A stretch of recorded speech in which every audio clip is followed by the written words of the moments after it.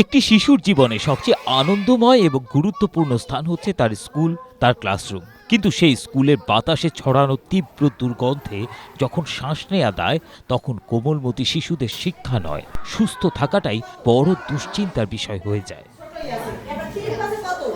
প্রাথমিক শিক্ষা একটি শিশুর জীবনের ভিত্তি গড়ে দেয়, কিন্তু সেই গুরুত্বপূর্ণ শিক্ষার পরিবেশটাই ব্যাহত হচ্ছে শরীয়তপুরে। বিদ্যালয়ের পাশে গড়ে ওঠা একটি মুরগির খামারের তীব্র দুর্গন্ধে অতিষ্ঠ শিক্ষক শিক্ষার্থীরা। এতে মারাত্মকভাবে ব্যাহত হচ্ছে পাঠদান কর্মসূচি। ওই যে মুরগির একটা ফার্ম আছে, সেখান থেকে অনেক গন্ধ আসে, অনেকে আবার ক্লাসে বমিও করে দেয়, অনেকে আবার ম্যাডাম থেকে ছুটি নিয়ে বাইরে গিয়ে বমি করে, অনেকে আবার বমিও করে এসে, ওই যে বমি করে এসে। অনেক গন্ধ আসে, মনে চাই স্কুল থেকে আর পড়ি না, অন্য স্কুলে যা ভর্তি হয়ে এমন মনে হয়। গরম পড়ে বেশি, তার জন্য আরো দুর্গন্ধটা বেশি আসে, তার জন্য আমরা মাঝে মাঝে অসুস্থ হয়ে যাই, তারপর এসে গিয়ে বমি করি। শরীয়তপুর সদর উপজেলা রুদ্রকর ইউনিয়নের সুপচনী সরকারি প্রাথমিক বিদ্যালয়ে সৃষ্ট হয়েছে এমনই এক সংকট। বিদ্যালয়ের পাশে প্রায় 4 বছর আগে গড়ে ওঠা একটি বাণিজ্যিক মুরগির খামার এখন পরিণত হয়েছে দুর্ভোগের কারণে। শুরুতে এর প্রভাব তেমন না থাকলেও বর্তমানে খামার থেকে নির্গত তীব্র দুর্গন্ধ পুরো বিদ্যালয় এলাকা জুড়ে ছড়িয়ে পড়ছে। এতে করে শিক্ষার্থীদের জন্য শ্রেণীকক্ষে অবস্থান করা প্রায় অসহনীয় হয়ে উঠছে।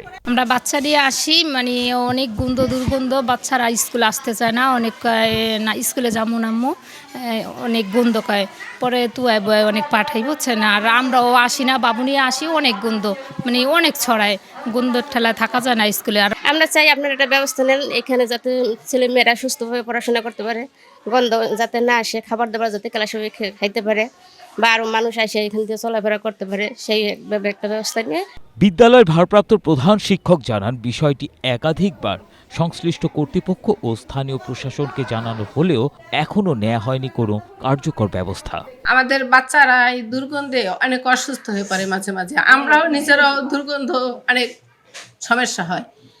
এখন আমরা চাচ্ছি দ্রুত এই মুরগির খামারটা যেন অন্য জায়গায় সরিয়ে নিয়ে তারা করে, এই প্রশাসনিক ব্যবস্থা তারা যেন এটা করে দেয় আমাদের। বিষয়টি দ্রুত ব্যবস্থা নেয়ার আশ্বাস দিয়েছেন জেলা প্রশাসন ও পরিবেশ অধিদপ্তর। মাদকমুক্ত শরীয়তপুর গঠনের লক্ষ্যে একটি প্রোগ্রাম সুবচনী যে উচ্চ বিদ্যালয়টি আছে এখানে করেছি। তখন আমাদের আজকে এবং তখন আমরা লক্ষ্য করি যে এই স্কুলের মাঠ সংলগ্ন একটি প্রাইমারি স্কুল আছে এবং রাস্তার ওপারেই একটি পোলট্রি ফার্ম আমাদের নজরে আসে, এবং শুধু নজরে আসে তা বলবো না, এটি দুর্গন্ধ ছড়াচ্ছে, যেটা আসলে হেলথ ইস্যু ক্রিয়েট করতে পারে। এবং এটি যেহেতু আজকে আমাদের নজরে এসেছে, আমরা অতি সত্বর এটির ব্যবস্থা নেব। ইতিপূর্বে আমরা এই ধরনের অভিযোগ পাইনি, আপনাদের মাধ্যমে জানতে পেলাম। তবে প্রতিষ্ঠানটি সরেজমিন পরিদর্শন করে পরিবেশ সংরক্ষণ বিধিমালা 2023-এর তফসিল 12 অনুসরণ করছে কিনা তা দেখে আমরা আইনগত ব্যবস্থা নেব।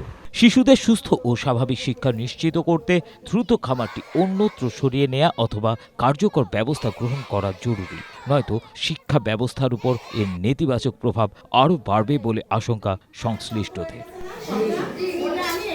Desk report, Asia post.